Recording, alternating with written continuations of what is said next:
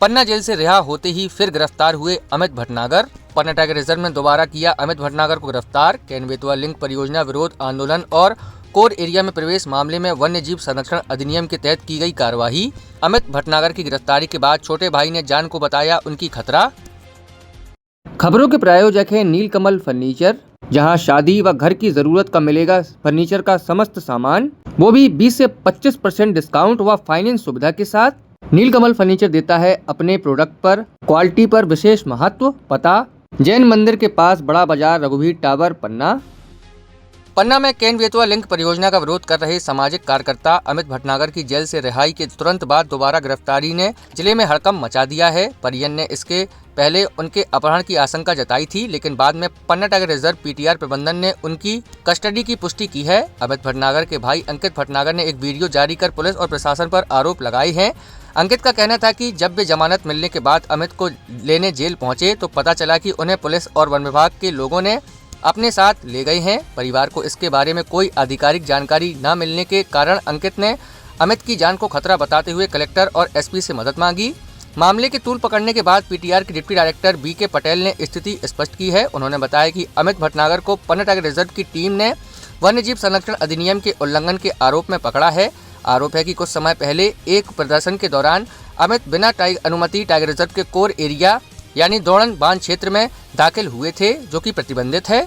अमित भटनागर लंबे समय से केन बेतवा और रुंज बांध परियोजना से प्रभावित होने वाले किसानों और आदिवासियों के हक की लड़ाई लड़ रहे हैं।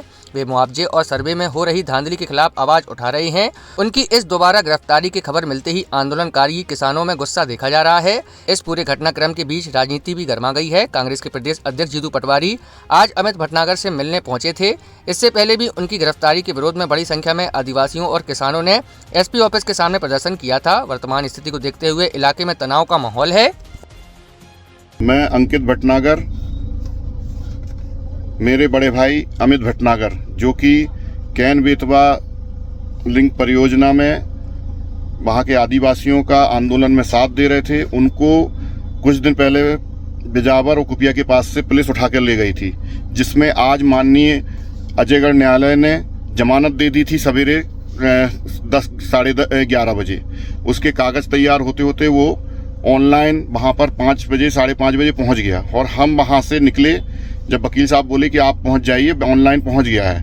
मैं अपने भाई को लेने अजयगढ़ जेल जब पहुँचा तो पहुँचते पहुँचते यहाँ करीब 1 घंटा 1.5 घंटा का टाइम लगता है वहाँ से, और मैं पहुँचा तो वहाँ पे मुझे कोई संतोषजनक उत्तर नहीं मिल रहा है। मैंने वहाँ पूछा तो बोले यहाँ पर नहीं है, और वो चले गए।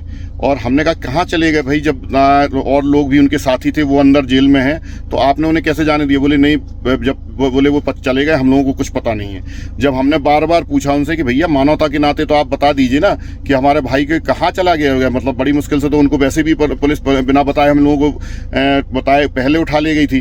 तो उन्होंने बताया कि बाहर कुछ लोग खड़े थे, वहाँ पर काफ़ी लोग, शायद कोतवाली टीआई और कुछ वन विभाग के लोग, बिना बताए वो यहाँ से उनको ले गए हैं, बिना बताए यहाँ से ले गए हैं। आप वहाँ से जाकर पता करो। अभी हम सब जगह हम गए हैं, काफ़ी जगह, कहीं भी हमें संतोषजनक उत्तर नहीं मिला। लेकिन हमें एक आशंका है कि उनका अपहरण कर लिया गया है। हो सकता है इसमें प्रशासन के लोग हों।